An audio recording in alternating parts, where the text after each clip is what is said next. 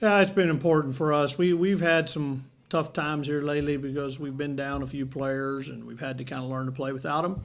But we started to make some adjustments, and some other people. We've had some kids come off the bench tonight, especially, and play well. And so it has been a process, and we've been making progress. And I think also, yes, getting back to 500 before we start another tough stretch of conference games is really important. We've been talking about keep moving forward and taking no steps back, and I think this is just another step forward for us. I know a lot of times there are teaching moments during the course of the game.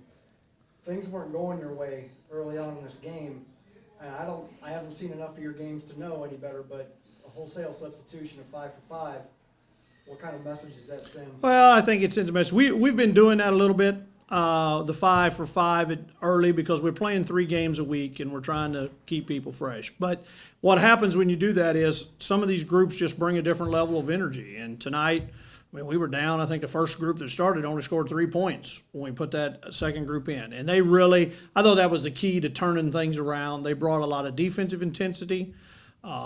And was able to kind of get the game going in the direction that we wanted it to go. So yes, today, and that's just what people have to understand. If you're not playing well, there's somebody else that can and is more than willing, and that's where we're going to go.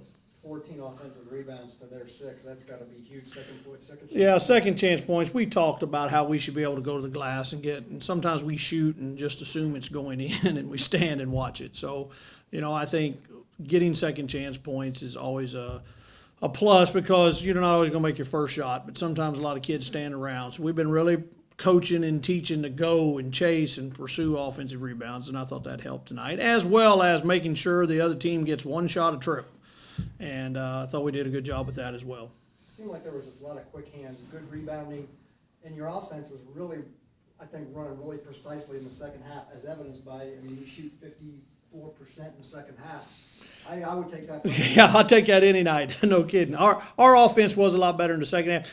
Truthfully, our offense in the first quarter wasn't bad. We just couldn't make any shots. We got good shots. We couldn't make any. And then our defense, I thought early wasn't very good. And I think a big key was, if I'm not mistaken, they had something like 15 points at the end of the first quarter and maybe 25 the rest of the way. So, we really tightened up things defensively. We were kind of a little lax early on defensively, and when those baskets don't fall, you can get in the hole, and that's why we made the wholesale change and tried to change the kind of tempo and the pace of the game.